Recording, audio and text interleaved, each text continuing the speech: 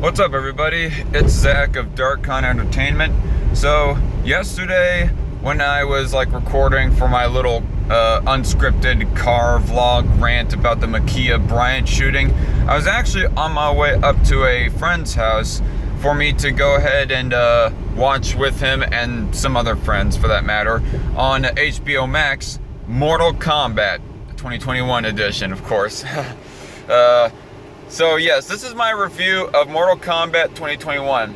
Now, all things expected, I'm gonna of course end up making comparisons to the 1995 Mortal Kombat, so that's kind of inevitable. But what I have to say about it, it was good. It was pretty good. I would probably even say great. Definitely in the grand scheme of video game movies. I'm gonna just give it right now. Spoiler alert, I do not know of how well I'm gonna try to make an attempt to avoid spoilers, so screw it, might as well just let it all out, right? So, I guess to get the cons out of the way of this movie first. Biggest con for me, anyways, was Liu Kang. Now, if for any of y'all who had seen the 1995 Mortal Kombat, you would know that Liu Kang was the protagonist of that movie. In fact, I think Liu Kang is supposed to be the main protagonist of all the movies, but that's neither here nor there. And instead, they have this Cole Young guy who I don't even think was in the games originally at all.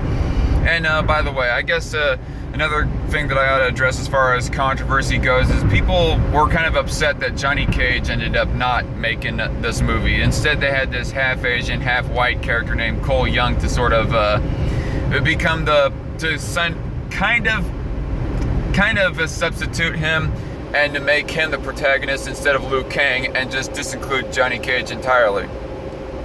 And to that, I gotta say, going towards the end of Mortal Kombat 2021, they give sort of a teaser for, if they're about to make a sequel or something, that Johnny Cage is going to end up being in Mortal Kombat 2.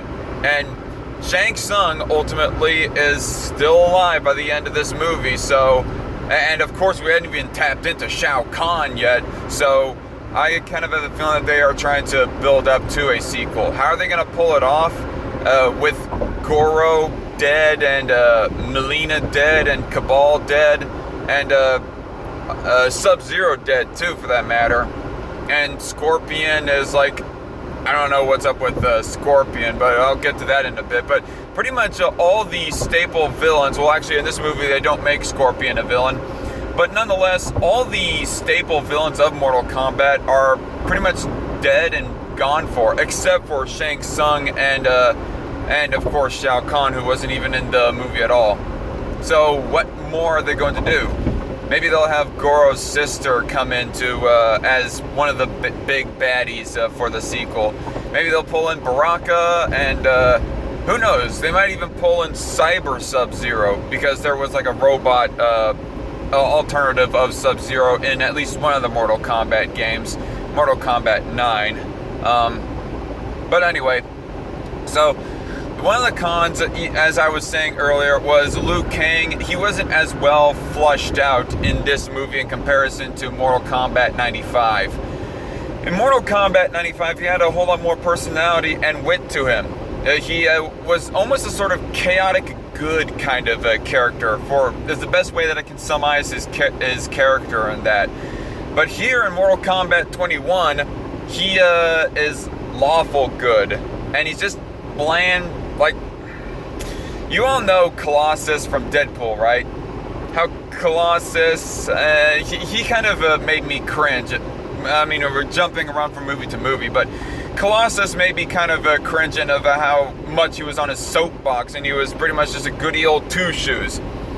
And now people could say that he was a parody of typical superheroes in that role in Deadpool, but nonetheless, that's basically what they did with Liu Kang, but without the intended comedy or satire part. You can't even argue that Liu Kang was made for satire. In fact, it's quite noticeable and obvious that they were not intending satire for Liu Kang's part in Mortal Kombat 21. But in Mortal Kombat 21, he's just boring overall. Just good for the sake of good, almost seems. I would have to like think of a better way to summarize it, but that's what I thought of his character in that. Whereas in Mortal Kombat 95, he was reluctant to want to be the hero of anything, really. And of course, he was bitter about the fact that he had lost his brother. He was mad at Raiden for almost letting it happen, and so on and so forth. And he had some wit to him too. Like when Johnny Cage is all like, hey, busboy, or whatever he thought that Liu Kang was in Mortal Kombat 95. He said, hey, can you take my bags? And Liu Kang was just all like, screw your bags, and throws them off the side of the waters. Like he was all like, you don't disrespect me like that, bitch. That's not exactly what he said, but you get my point. There was some wit and some actual personality to Liu Kang in Mortal Kombat 95, whereas in Mortal Kombat 21, he was not that at all. So I was just slightly disappointed on that front. Another thing was, I don't know, I was kind of almost expecting more as far as the story goes. Like, I liked the beginning and the middle. The end was just a little bit lackluster, because I was thinking that at the middle, anyways, they were kind of building up for the actual Mortal Kombat tournament. Like they were all training for to fight and participate in that, but ultimately they just they didn't do it. I mean, like I said, I'm not avoiding spoilers. They did not do the actual Mortal Kombat tournament. Shang Tsung and all of his goons, they kind of broke or bent the rules so that they could like fight the good guys outside of the actual Mortal Kombat tournament. So the Mortal Kombat tournament never actually happens in this movie. Maybe they're saving it for 2 or 3, I don't know. Who knows what the story and intent is of the makers of this iteration of Mortal Kombat are, but it was just a little bit disappointing that with all that training throughout the middle part of this movie, they did not build up to the actual tournament. Another con, I thought that another con about the story flow is there's this one part of where that's Sonya Blade where she's just kind of rushed into the story almost. Like Cole Young, our main hero, he just runs across Sonya Blade. Well, actually, he tries to find Sonya Blade, and when them two meet up with each other, Sonya Blade just kind of gives this sort of exposition, this kind of big ol' exposition dump to Cole Young about the origins of what she has been trying to investigate on for the past few years or whatever. And that was that there's this tournament done by these creatures that are in another realm or whatever called Mortal Kombat, and we need to like I don't exactly know why they are participating in, or I do know why they're participating in Mortal Kombat, but the details of it, the exact details, I do not know precisely what they are. But nonetheless, those are kind of small things, and it's still like is not that big a downer for me. But yeah, pros though. What are some good things about this? Kano, fucking Kano. Like Kano, at first I was thinking that they were going to do like a almost anti-hero kind of role with him. Nope. Going more towards the end of it, he's still just a straight up villain in it. One of the goons, more specifically, but nonetheless, he's not an anti-hero, he's a straight up villain. But for the moments, they kind of like thrown him back and forth on what you thought that he was going to end up ultimately being. Like, he could be an anti-hero, or he could be just a straight up villain. And ultimately, going more and closer to the end of the movie, you get to find out yeah, he's ultimately seemingly gonna look like a villain. I mean, I guess it should have been obvious from the very beginning, because Sonya Blade, she did not have one of the tattoo marks to have her be able to participate in the Mortal Kombat tournaments. And so she had to kill somebody in order to get that tattoo, which is apparently a plot point of this movie. I do not know how that exactly fits into the games.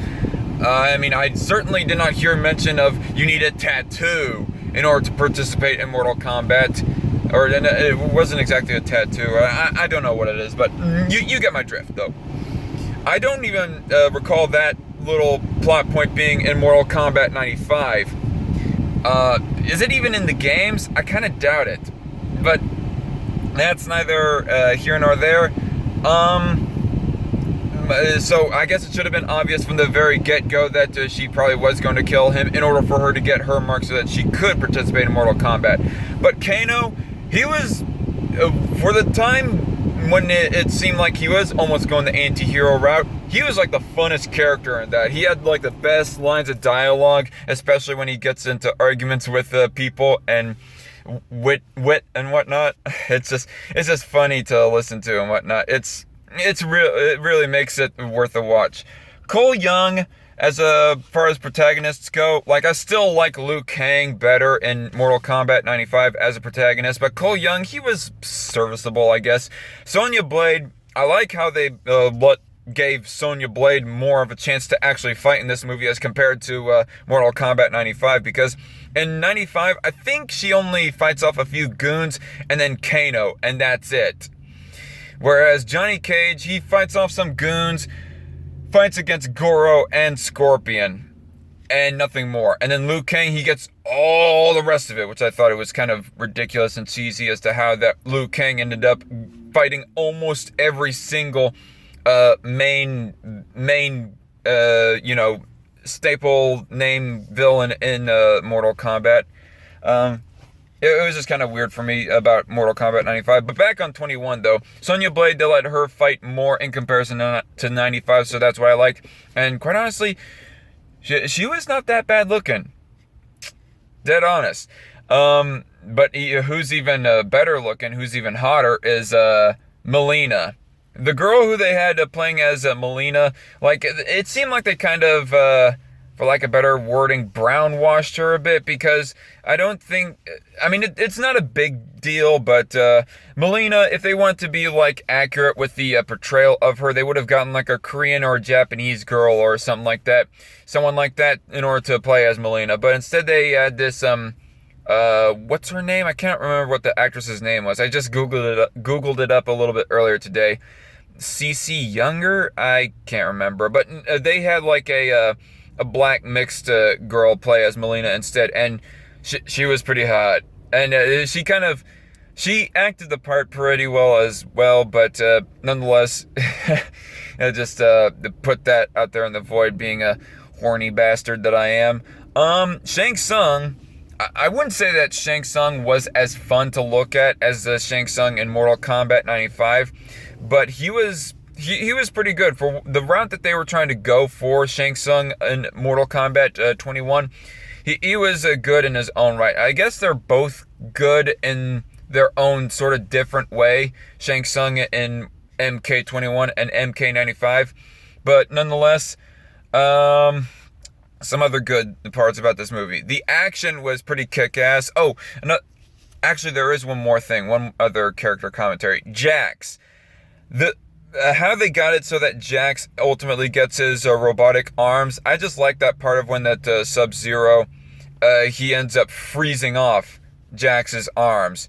It was pretty fucking brutal, too. The way that he just froze him, and then blood was just spewing out of the veins of Jax's arms, and he ultimately gets them ripped off. It's just like, it was pretty intense to look at watching that. I was like, damn. Kind of gross too, but yeah. I like how that in this movie they actually have Jax get actual robotic arms. Like, if any of y'all like watch the older Mortal Kombats, like the sequel included, like I watched both Mortal Kombat 95 and Mortal Kombat Annihilation. Annihilation was pretty fucking bad. And one of the reasons as to why that it was bad, and this is like one of the smaller reasons, but nonetheless it's worth mentioning, is that Jax's arms are not his actual robotic arms in Mortal Kombat Annihilation. Going towards the end of that movie, he ends up just, taking them off. Like, it's just like some robotic, I don't know, arm piece that he has around his actual arm. He did not actually lose his arms. He just has some robotic enhancement piece around his arms. Whereas in this one, he actually freaking loses his arms to where that he has robotic arms. So they were staying loyal. It seems that they're staying loyal to the character in that regards in Mortal Kombat 21, and I like that. And Jax himself was a cool character in his own right as well.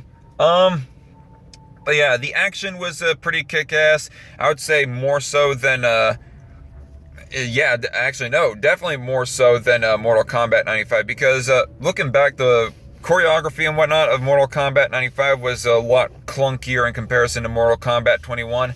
There were some points in Mortal Kombat 21 in the combat sequences themselves I thought, that seems kind of unrealistic or impractical, but ultimately by the end of it, it was still pretty fun to look at, and funner than the action sequences in Mortal Kombat 95. Another pro about this movie is that they actually gave Sub-Zero and Scorpion a more pinnacle role in this one. Like in Mortal Kombat 95, they're kind of shunned off aside as brainwashed zombie side villains, whereas in this one they actually play a pinnacle they play a what's the word I'm looking for? They play an important part in the story, let me put it that way. Like Sub-Zero, he ends up killing off the family of Scorpion, and Scorpion he ultimately dies himself, and does not come back until like modern day with Cole Young. Like you have Scorpion fighting with his great how many greats grandson against his old enemy Sub-Zero. And I kind of like, I don't know. I do not know how exactly I feel about the idea that they ultimately made Scorpion a good guy instead of a bad guy. But and Sub-Zero was pretty badass, might I say, as well. Like, fuck Frozone from Incredibles. Sub-Zero, the way that they portrayed him in this movie, was the epitome of cool. Pun not intended, also intended, but nonetheless. But yeah, I think that's all that I have to say about this movie. It's pretty good. I'd probably say it's a good old 7 or 8 out of 10, something like that. Like, it wasn't that insultingly stupid, but it was also fun enough to watch. It did not take itself too seriously to where that it was boring. There were some slow parts, but ultimately it was overall pretty fun. But it wasn't like, it's not what I can like technically call dumb fun personally, because they were taking themselves serious enough to want to tell a compelling story, but at the same time they knew when and how to actually have fun with their dialogue and with their storytelling and whatnot. They were able to like handle those both at the same time. Whereas movies like Willy's Wonderland, like I reviewed in my last video, or Godzilla vs. Kong, those are just straight up dumb fun. I cannot see them like taking themselves too seriously in those ones. Whereas this one, they were taking themselves seriously enough, but also knew how to have fun in Mortal Kombat 21. But yeah, 8 out of 10, pretty good. Highly recommend. And that's all I have to say about this one. Y'all have a good one. See y'all later, and God bless.